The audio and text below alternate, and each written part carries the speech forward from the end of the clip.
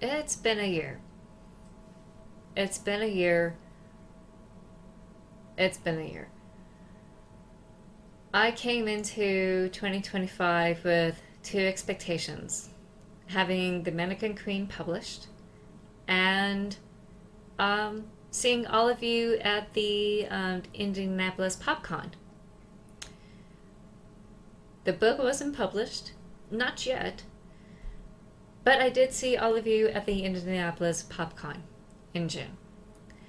Um, I do believe that it was planned in advance for that convention. Even though it was my second time at a convention as an author, I was able to see a lot more of you over there in Indianapolis, and it was so much fun talking to people during the panels, at the book table, seeing everyone there having fun in this convention, seeing all the cool costumes there. I just really feel like it was the Comic Con that normally happens in my hometown. It was big, it was awesome, and y'all were so friendly and curious and really bring to the table a lot of fun and joy. And it was incredible to like meet all of you at Indianapolis PopCon. It's definitely one of my highlights as an author, like as a official author. Um, December 4th was when the Doppelganger Queen was published last year. I totally missed the anniversary. I totally missed the anniversary, but I was editing during that time. I'm sorry, I had to edit. But I'll make a video to celebrate this pretty soon.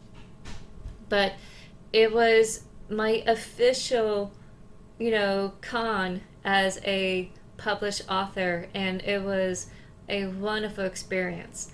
Um, there was a lot of trials and errors trying to get there. I really wanted to be there that Friday. I was supposed to be there for 3 days, and I kept having money issues and like car issues um, that interfered getting there that Friday. I think I talked about it um, on Twitch or on Blue Sky, but for some reason there was a hold or a phrase on the card that we used to rent the car and also to book at the bank, book at the hotel. And for some reason the card was froze to where we were just sitting around waiting for the new card to come through or for that hole to clear. It was nuts. Absolutely nuts. Um, but I'm so glad I was there Saturday and Sunday. And for those who only made it to Friday, I'm so sorry I missed all of you. I really wanted to be there. But it was the highlight of my time as an author this year. That's probably one of the best positive experiences that I have out of this whole traumatic experience of this year. And I don't have to explain myself why it's been a traumatic experience for everyone. Um, the Mannequin Queen wasn't published because life was lifing. Ta-da! Four Horsemen Publication is an indie house. They're not part of the Big Five. They stand on their own, and they're a really small but mighty team. And sometimes gets in the way of them doing stuff. And it was frustrating for me, and I'm sure with all the other authors, why things had like slowed down almost to a stop. And it's because some things had like thrown out of whack in their personal lives. But everything came back on schedule by the end of fall, and things are just starting to ramp up. So I do expect next year for things to continue full throttle, hopefully. So don't hate, please. Like, the last thing I want any of you who are super big fans of the Silver Fox series is giving out that kind of hate or like vitriol to anyone. Just let it be. There's probably a reason why things just didn't happen. Let me be frustrated and like gnash my teeth and rend my clothes here. Um, I'm the only one in communication with them, and as far as I know of, things just went exploding on their end. But looking forward to next year, I do expect it to be so. So I could say that for a definitive, it should be out next year, unless something weird and unusual happens. So half of my expectations for 2025 worked out. You know, half of it worked. So I guess that's a thumbs up for this year. Um, I wrote down some notes, what I wanted to say for this end of the year reflection video, and there are some highlights I want to go over. And the hardest part of this year is not just waiting around for the book, but dealing with some things that are out of my control, that are beyond my control, beyond the scope of everyone's imagination, and trying to navigate these incredible forces that terrifies me, and I'm sure like terrifies most of the citizens here, or if not terrify, absolutely enrage everyone. Um, it's been tough trying to figure out where my place is in all of this as a author and trying to write my stories. And I realized that my true voice isn't on social media screaming, kicking what's going on. My true voice is in books, in stories, and letting my opinions come through in those books and in those stories and having you to read them. I realized that book bans are still going on to this day and age. It's not over, folks. If you think that just because it's not grabbing headlines that it's not happening, it totally is. It's not as big as it was in 2023, where there was a huge push, but it's still happening. And there's some legislation that might come out that will continue to put restrictions on what we can or cannot put on the shelves for bookstores or grocery stores, or like anywhere else for the public beyond online.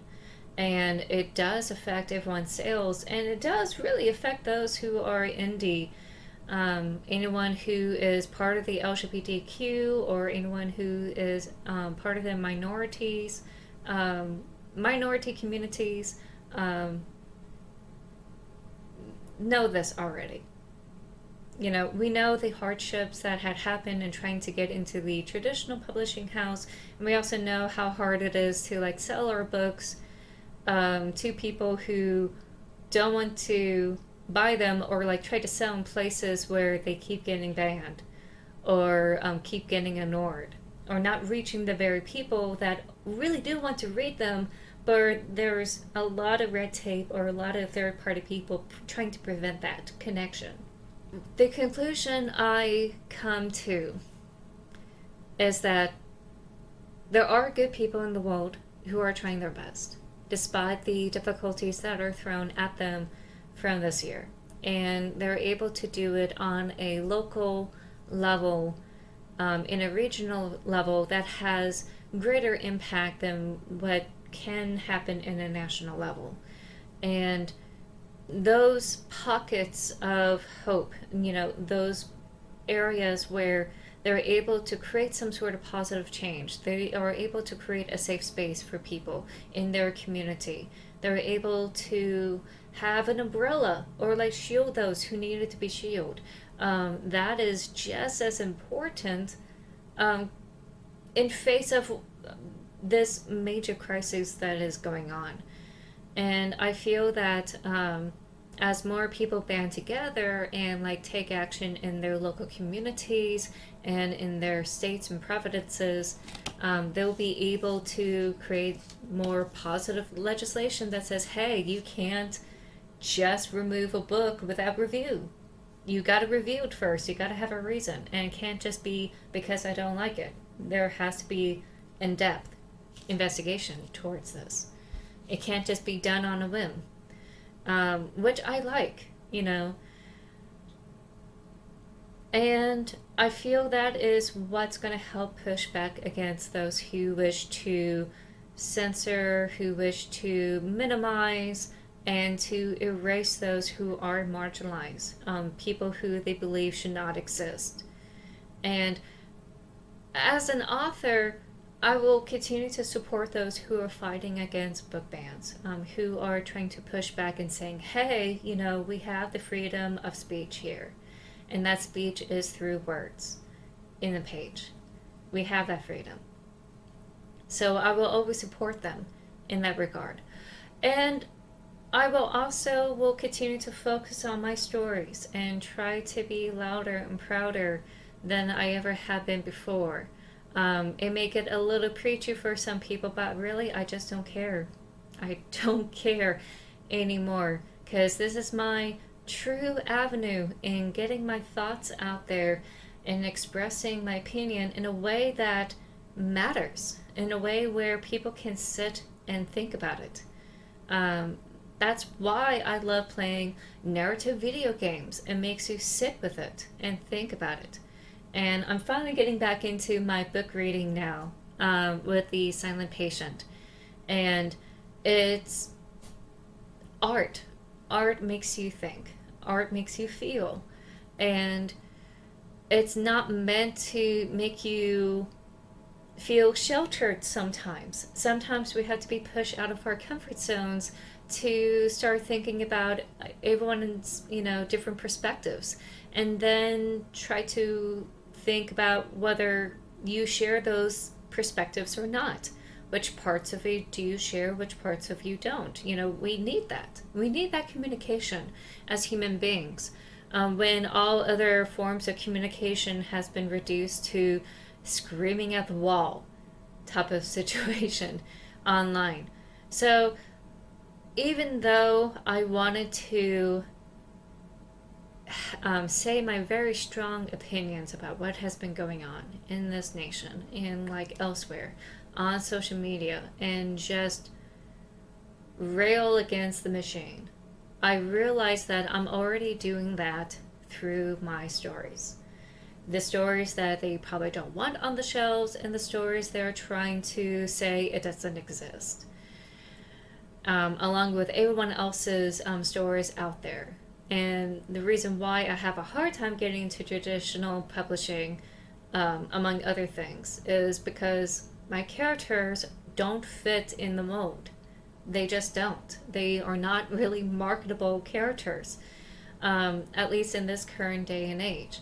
I do hope there will come a time where they will be accepted for who they are and people could just enjoy the story for the sake of the story. But we're not there yet. There was a time in our mindset, probably like a decade ago, when we thought we were there and we thought we were safe to express ourselves without fear. And then, you know, the empire strikes back. So that's where I stand on it for right now. I am human. I do feel what's been going on. I'm not happy with our current situation, but I will spell it out in those stories. So that's my thoughts on that point. Besides PopCon and dealing with the beginnings of this administration and all the policies that were coming out of the works, for the rest of this year, it wasn't as terrible as I thought it would be. finally be able to get into the groove to, um, work on my stories, do some research, do the edits. It felt, I hate to say it, it felt a little bit normal. There's no major dramas except for some headbutting between me and the publisher on a few things. Something I can't get into right now. Um, but for the most part, it felt like easy come, easy go. And there were some like very small wins that I want to share. Um, this year, I did come back to YouTube. I decided to come back to YouTube during April. I didn't like how Meta was handling their social medias. I didn't like what was happening with Instagram or Threads. I felt like my posts were getting capped, especially as someone who's part of the LGBTQ community. I feel like I was being restrained from what I was saying, and I feel like the algorithm was forcing me away from what I really wanted to talk about, which was books and promoting my books and talking about books. But more importantly, about like the issues surrounding my books and what they touched on, and also like, being very supportive of the community. And I felt like I was being shut down and pushed aside by the algorithm, and I'm being forced to talk about the latest issue of the day. It kind of deviated from what I really wanted to focus on. I wanted to like showcase what was it that inspired me to make the book, what made me like certain things. I wanted to showcase the inside of it.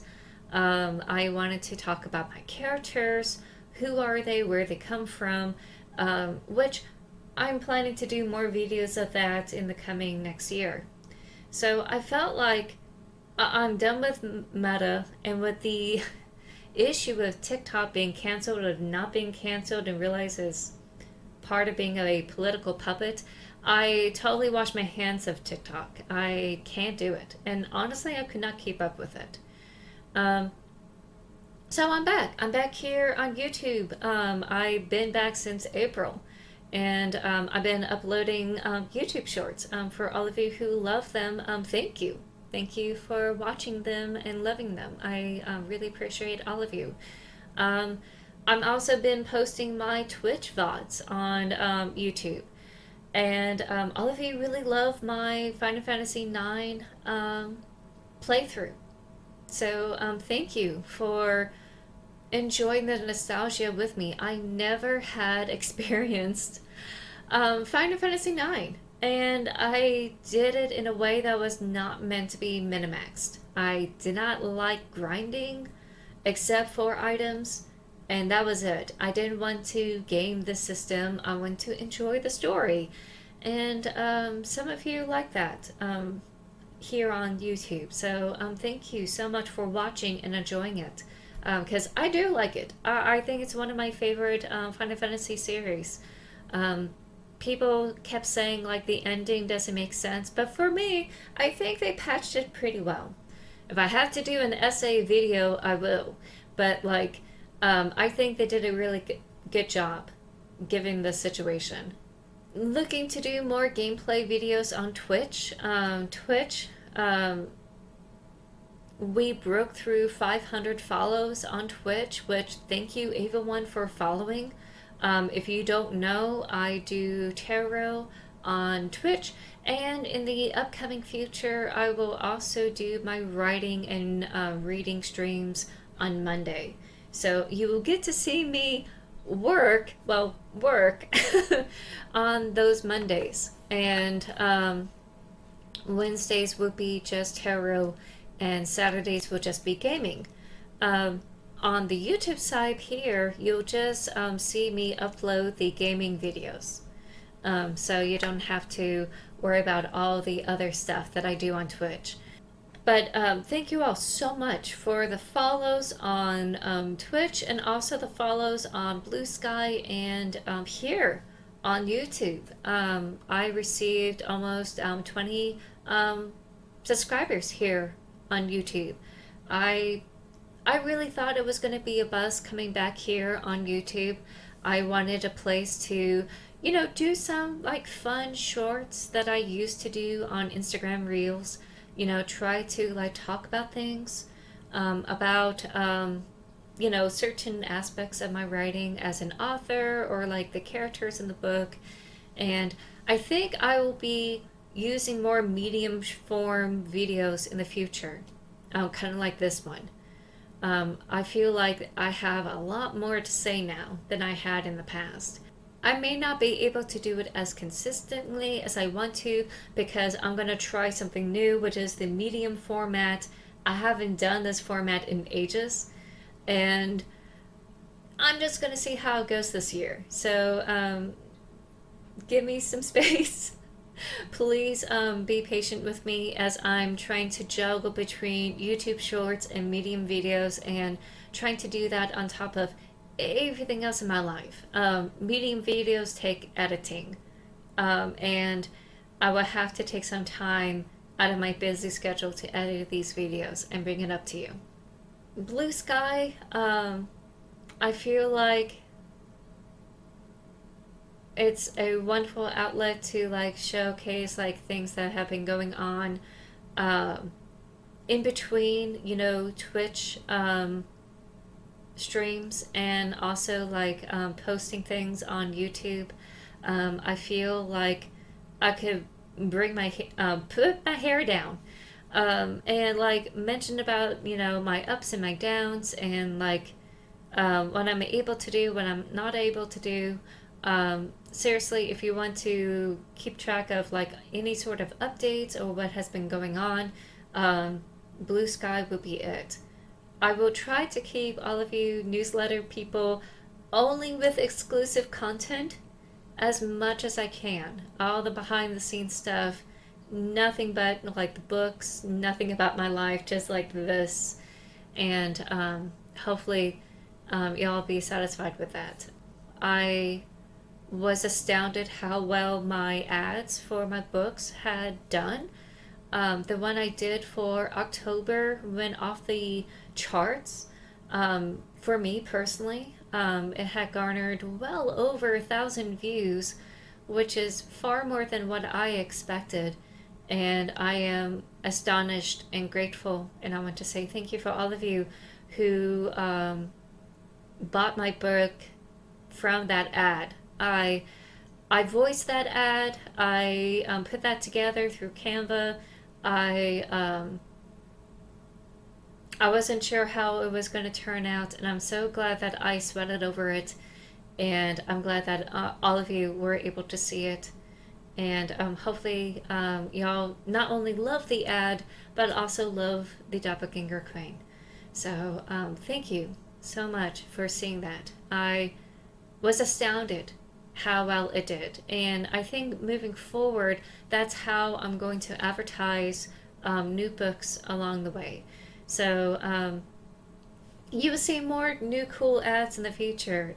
Just don't know when and how, because I have to do all of that by myself. But that is a huge.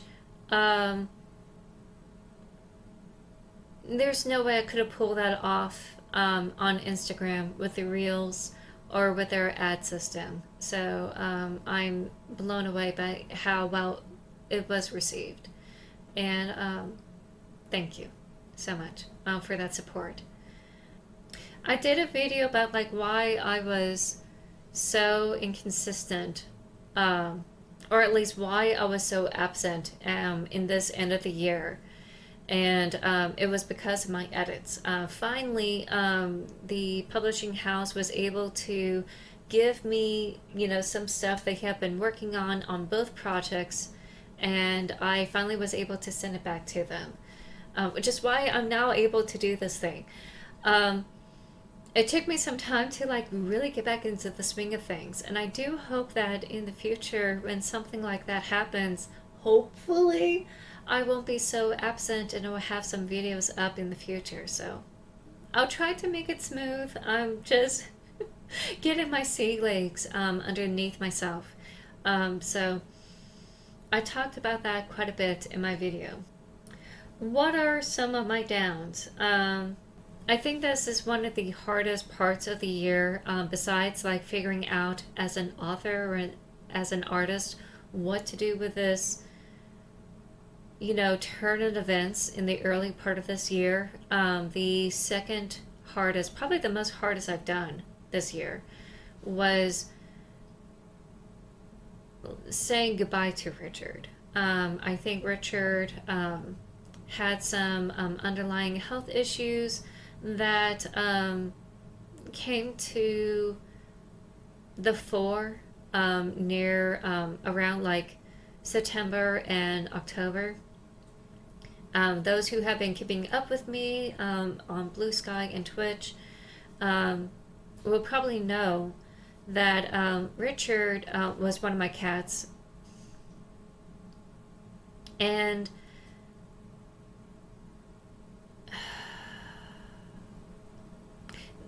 the hardest part was saying goodbye to him. He was 12 years old. He was one of my chunkiest cats. He was a chunky orange tabby, but he is so regal and very proud. He was a really good boy, but he was a very proud boy. And it really broke everyone's heart when he had passed away. It was hard saying goodbye to him. So I think reflecting back in this year, I have some highs, with Indie PopCon, saying hi to everyone, finally having a wonderful experience, doing panels, seeing my fellow authors. One of my lowest lows is saying goodbye to Richard after, having him around for like 12 years. I always love animals. I was, a vet tech. That's what got me into veterinary stuff in the first place. I just love animals so much, cats the most, and those kittens mean the world to me. And now all 3 kittens have been down to just one, which is Blondie, and she's getting all the love and attention now from all of us. Just every single one of us is trying to navigate through, such a loss. Whew. Okay.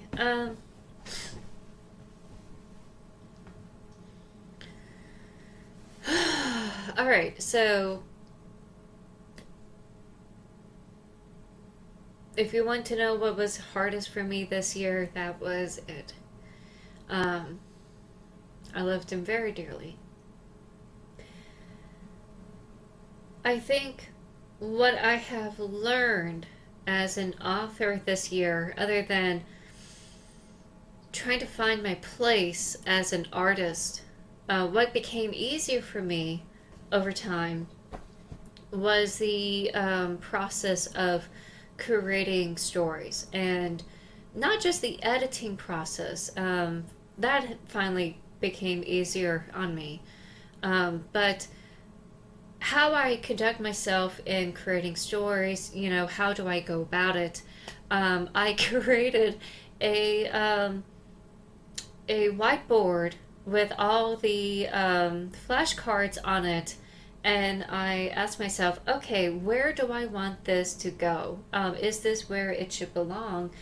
And move it around. I think this is one of the most creative times I had in editing. People say that it's the first draft where it's the most creative, which I can see that. You are constructing something new that you never done before onto page, and as a right by the seat of my pants kind of style writer that I am, I do feel like that is also one of your creative outlets, is putting the words on the page. But the next creative part is the editing, especially the developmental editing that you have to do, where you get to reshape and remold the story however you want.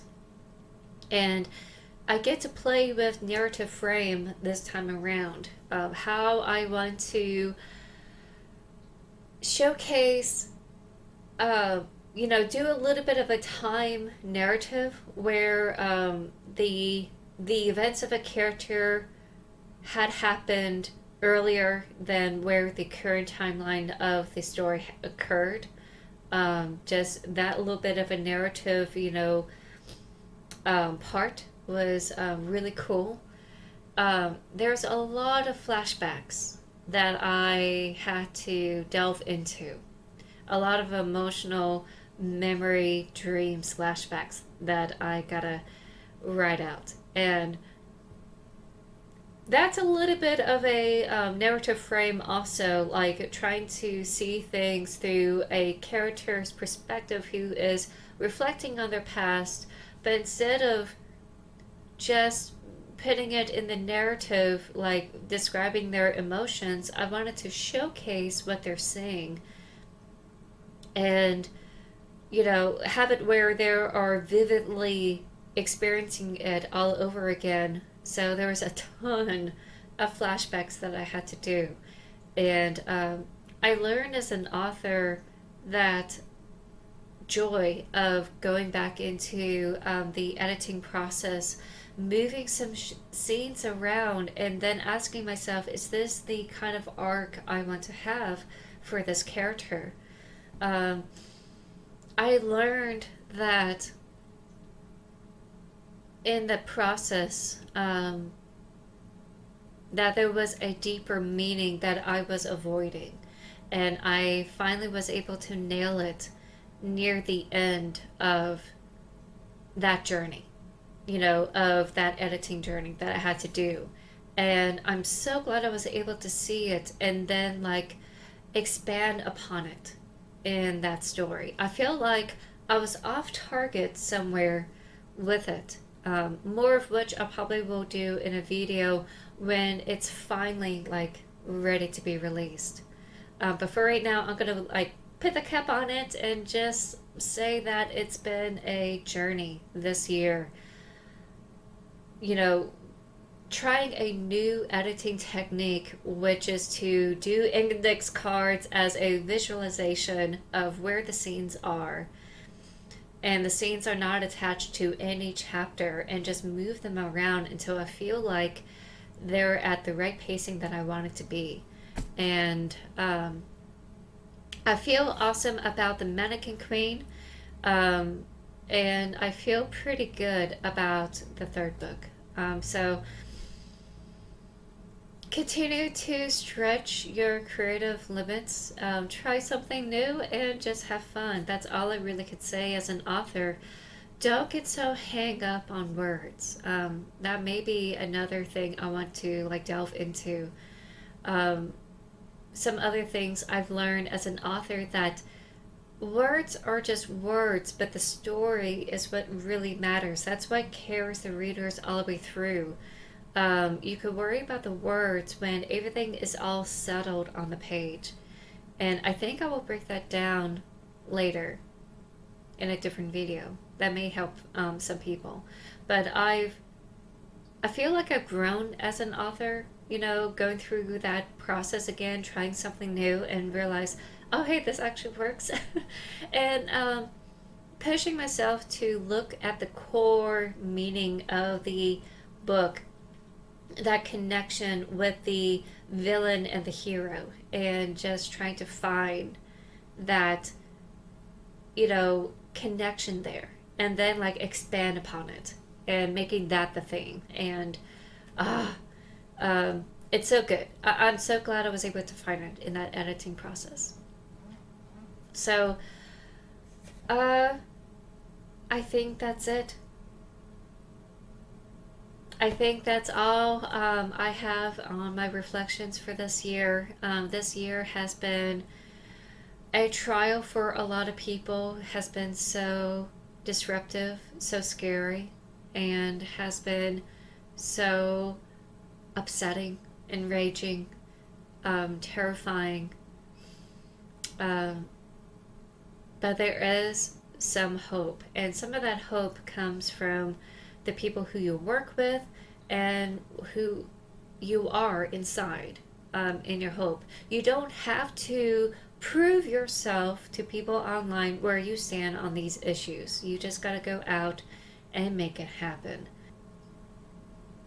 The thing I want for 2026 is not just bravery for all of us to continue to push to do the things that we love to do, but also to protect what we hold value and hold dear in our lives, even though it's not easy. Um, I really do hope that we are braver next year for more positive change in our local communities and also upon ourselves. Try to push ourselves to have more joy in our lives, to push ourselves to whatever we are afraid to do, like a creative project or a creative outlet, or afraid to ask out someone, or afraid to like make a connection with someone, or like afraid to go out to do things that you love to do. I hope next year somehow in some way you're able to make that happen despite of everything that is going on. I hope that what happens for you. So um, for a braver new year, that's all I want for next year, and also my books to be published. So yeah, I wish you all a happier new year, and don't be so hard on yourself this past year. A lot of things were out of our control, and we could only look for the best if there is the best inside of us and among us. Take care, everyone. See you later.